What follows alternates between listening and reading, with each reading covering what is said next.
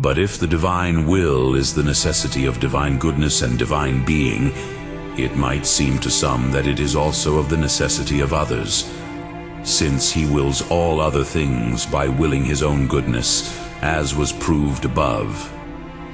But nevertheless it appears to those who consider it rightly that it is not of necessity for others. For there are others who are ordered to the end of their goodness. But the will is not of necessity brought about in those things which are for the end, if the end can exist without these. For the physician, from the supposition of the will which he has about healing, does not necessarily have to apply those medicines to the sick, without which he can nevertheless heal the sick. Since then divine goodness can exist without others, so long as it does not add anything to it through other things. There is no necessity for him to will anything else from the fact that he wills his own goodness. Still, since the good understanding is the proper object of the will of anyone can be conceived through the understanding where the reason for the good is saved. Hence, although the existence of anyone as such is good, its existence is not evil. However, the very non-existence of something can fall under the will on account of some good adjunct which is saved, although not from necessity. For it is good to be something, even if it does not exist in another. Therefore the will, according to its own reason, cannot will not to be the only good, by which the reason for the good is completely removed when it does not exist. But there is none other than God. The will, therefore, according to its own reason, can will that there should be no other thing than God. But in God is the will according to its whole capacity, for in him all things are universally perfect.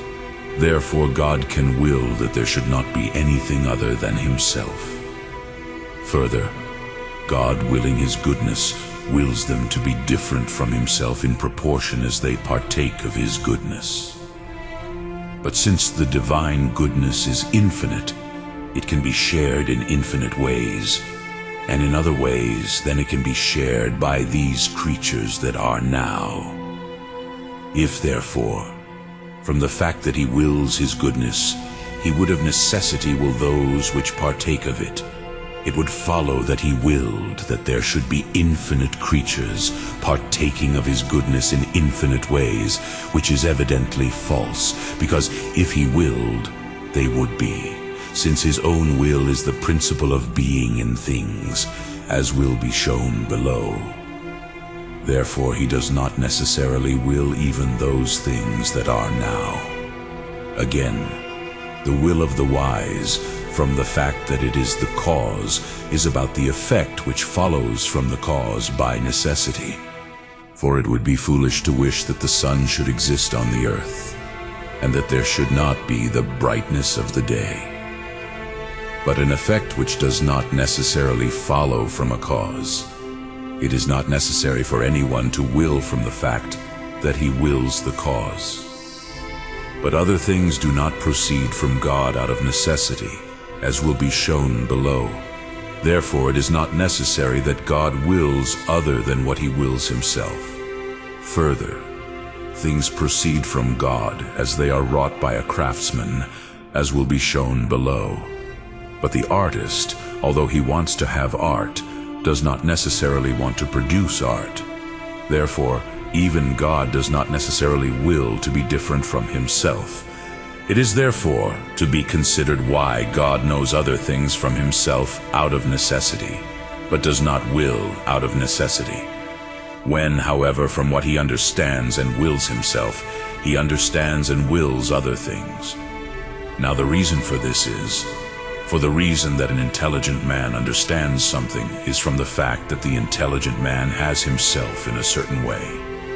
As from this, something is actually understood, which is its similitude in the intelligent. But the fact that a willing person wills something is due to the fact that the willed exists in some way. For we will something either because it is an end, or because it is directed to an end. But the existence of all things in God, so that they could be understood in him, necessarily requires divine perfection. But divine goodness does not necessarily require other things to exist, which are directed to it as an end. And for this reason it is necessary to know God in other ways, but not to will. Hence he does not want all things that could have an order for his goodness.